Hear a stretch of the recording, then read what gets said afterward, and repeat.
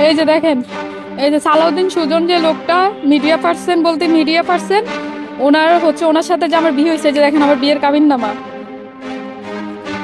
এই যে দেখেন, এটা হচ্ছে আমার বিয়ের কাবিননামা। ওনার সাথে যে আমার বৈধভাবে বিয়ে হয়েছে ঢাকা জজকোর্ট থেকে, আমার বিয়ের কাবিন আছে। এক পর্যায়ে উনি বিয়ের পরে আমাকে বিভিন্ন দিয়ে উনি আমাকে ব্ল্যাকমেল করতো, পাসপোর্ট আমার ছবি ভিডিও দিয়ে ব্ল্যাকমেল করার পরে আমি ওনাকে ডিভোর্স দিয়ে দিই।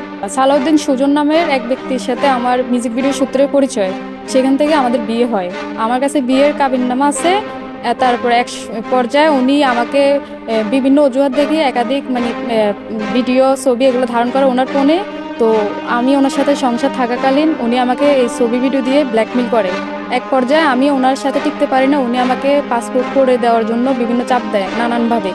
উনি বলে যে পাসপোর্ট করে দিলে তোমার ভিডিও ডিলিট করব, পাসপোর্ট করে দিলে তোমাকে খাবার দিবে, পাসপোর্ট করে দিলে তোমার সাথে থাকবো। এই বিভিন্ন চাপে পরে আমার এক পর্যায়ে ওনাকে সন্দেহ হয়েছে উনি মানব পাচারকারী। পরে যে আমি এক পর্যায়ে ওইগুলো টিকতে পারি না, আমার এলাকায় প্রচুর অবস্থা খারাপ। মানে এলাকা হচ্ছে, আমি বাড়িতে যেতে পারি না, গ্রামে যেতে পারি না, আমার আত্মীয় স্বজনের মানে কেউ মুখ দেখাতে পারে না। আমার খালতো বোনের হাজব্যান্ড ওর সাথে ঝামেলা করে যে তোর খালতো বোনের এগুলো কি বেরিয়েছে, তোরা আমি ডিভোর্স দিয়ে দিব। আমার আঙ্কেল আন্টির সাথে ঝামেলা করে। তো ওরা সবাই বলছে তুই এখন এগুলো সময় আছে, এগুলো কর, নয়তো পরে নইলে গলার মাইতে দড়ি দিয়ে মর, আমাকে কথা বলছে। পরে আমি এক পর্যায়ে মানে ঢাকা আসছি এগুলো সমাধান করার জন্য। পরে যে দেখছি যে পারতাছি না, তো এক পর্যায়ে আমি ওনাকে ডিভোর্স দিয়ে দিই। সেটা হচ্ছে 7 থেকে 8 মাস আগে, তখন আমরা মিরপুরে ছিলাম। পরে ডিভোর্সের পরে উনি আমার একাধিক মানে ছবি ভিডিও দিয়ে একাধিক ফেসবুক আইডিতে আমার নাম দিয়ে আপনার ফেসবুক চালাইতো, সবাইকে বুঝাইতো যে এই আইডি আমি চালাই। পর হচ্ছে ওই ভিডিও আমি ওনাকে বলছি ডিলিট করার জন্য, উনি ডিলিট করে না। তো উনি আমাকে বিভিন্নভাবে বলছে যে উনি আমাকে একটা ভয়েসও করছিল। সেই ভয়েসটা তখন আমি হচ্ছে মানে রাগের বয়সে ডিলিট করে দিছি, কারণ এগুলো হচ্ছে কি আমি তখন তো এতটুকু বুঝতে পারিনি। আমি চিন্তা করছি এগুলো যদি আমার ফোনে থাকে, আমার ফ্যামিলির লোকজন আছে ওরা দেখতে পারে, ছোট বাচ্চারা আছে তারা দেখতে পারে। আমি এক পর্যায়ে এটা ডিলিট করে দিছি। উনি বলছে যে তোর জীবন আমি শেষ করে দিব, হ্যাঁ তুই কিভাবে বাঁচস, কিভাবে মিডিয়াতে কি করস আমি দেখা ছাড়বো, এরকম একটা ভয়েস আমার কাছে ছিল। আমি হয়তো পরে যদি পাই, খুঁজে পাই, তাহলে আমি আপনাদের মাধ্যমে এটা তুলে আনবো। তো পরে এক পর্যায়ে উনি এখন ওনার সাথে আমার কোনো সম্পর্ক নাই, ডিভোর্স হয়ে গেছে টোটালি 7 থেকে 8 মাস। এখন ডিভোর্সের পরে উনি ওনার সাথে থাকাকালীন বিভিন্ন মানে আপত্তিকর ছবি ভিডিও দিয়ে উনি আমাকে ব্ল্যাকমেল করতেছে। ব্ল্যাকমেল করে এখন আজকে থেকে 7 থেকে 8 দিন আগে মানে 2-3টা প্রায় 5-6টা ফেসবুক আইডি থেকে এগুলো ছাড়া হয়েছে। তো আমিও এখানে ওনাকে জিজ্ঞেস করছি যে এখানে এই আইডিটা কার, উনি বলছে এটা আমার বউ চালায়। আর এই আইডি কার, জান্নাতুল ফেরদৌস নামে একটা আইডি থেকে ছাড়ে, আমি বলছি এই আইডি কার, বলছে এটা আমার বউ।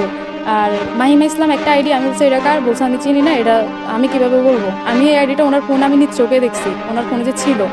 আর তোমাকে ছাই একটা আইডি আছে, আমি বলছি এটা কার, উনি বলছে আমার বন্ধু।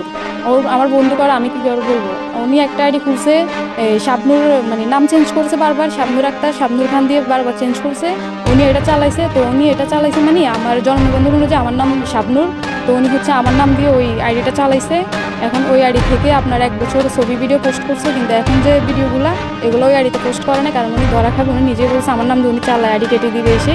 ওই যে বিভিন্ন লোকের ওনার বন্ধু যে আইডিগুলো পরিচয় দিচ্ছে, ওই আইডিগুলো থেকে এখন আপনার ভিডিওগুলো পোস্ট করা হয়েছে। এখন হচ্ছে ওই দিন পোস্ট করার পরে আমি মানে বাড়িতে ছিলাম, আমি গেছিলাম ডাক্তার দেখাইতে।